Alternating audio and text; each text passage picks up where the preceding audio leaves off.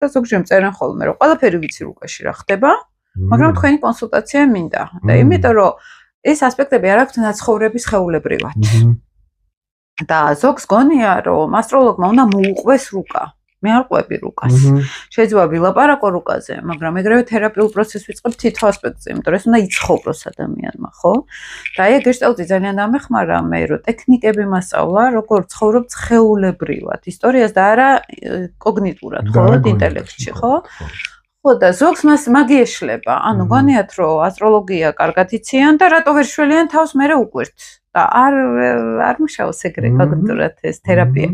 სხეულებრივი მუშაობა არის საჭირო და რო ვიწყებ ხოლმე უკვე შეგრძნებებზე, ზოგი იჭედება, საერთოდ ვერ ხვდები რას ვეუბნები. ეგრევე აზროვნებას იწყებენ და ნუ ცალკე ზოგჯერ 1.5 საათი გვჭირდება ხოლმე, რომ სხეულში შევიყვანო ადამიანი. შეგრძნებებში დააბრუნდეს, რომ ეს რუკა გააცნობიერო სხეულებრივად. და აი შენი კუთხით რომ მითხრა, აი გეშტალტი როგორ უყურებს ამას მაგალითად. ხო, აი გეშტალტშიც ამ ჩვენ გვჯერა, რომ ცვლილებების პოტენციალი არ აქვს მხოლოდ გონებას.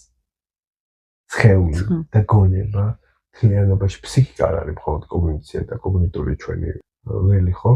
სხეული, ფსიქიკა, გონება ერთობლიობაში უნდა ეთანხმებოდეს ცვლილებას, იმიტომ რომ რატო არის ხშირად რომ კოგნიტური გაცნობიერებითი ცვლილებას ვერ აღწევ, იმიტომ რომ გონება სხვაგან არის და სხეული ვერ არის თახა. სხეული არ ღებულობს იმას, ამ პირიქით, ხო? და გეშტალტ თერაპია მუშაობს აქ და ახლა სხეულს. გეშტალტის უნიკალურობა არის ის, რომ სხეულში აუცილებელია ცვლილება აქ და ახლა განხორციელდეს და თერაპევტთან რელაციაში, ანუ არა მხოლოდ ადამიანი თავის ტკივილთან მარტო ყოფი, არამედ გამოცდილებაში, როდესაც ეძნება მას, რომ არ არის მარტო იქ, სადაც არის და ყველაზე რთულ მდგომარეობებში, ხო, როგორც წესი და ტკივილ მდგომარეობებში ეს გვაძლევს ხოლმე აი ამ გამოცდილებას, რომ მე შეიძლება რაღაც სხვანაირად გავაკეთო და თერაპევტიც შესაბამისად გადის იმ მოგზაურობას, რასაც კლიენტი ანუ ცდილობს გაყვეს იქ,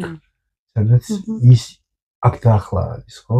არა კოგნიტურად გაანალიზოს და ინტერპრეტაცია გააკეთოს ესა თუ ის სიმპტომი, რას ნიშნავს და მიზეზი რა არის, როგორც წესი მიზეზს მეორადი მნიშვნელობა აქვს. გეშტალტში ჩვენ არ გვაინტერესებს იქ და მაშინ რა ხდებოდა მხოლოდ მიზეზები, ხო? იქ და მაშინ რაც ხდებოდა, აქ და ახლა როგორ ვლინდება და როგორ შეუძლია რომ ადამიანმა პასუხისმგებლობა აიღოს ცვლილებას. ნებისმიერი თერაპევტი ცდილობს რომ გაყვეს ამ გამოცდილებაში.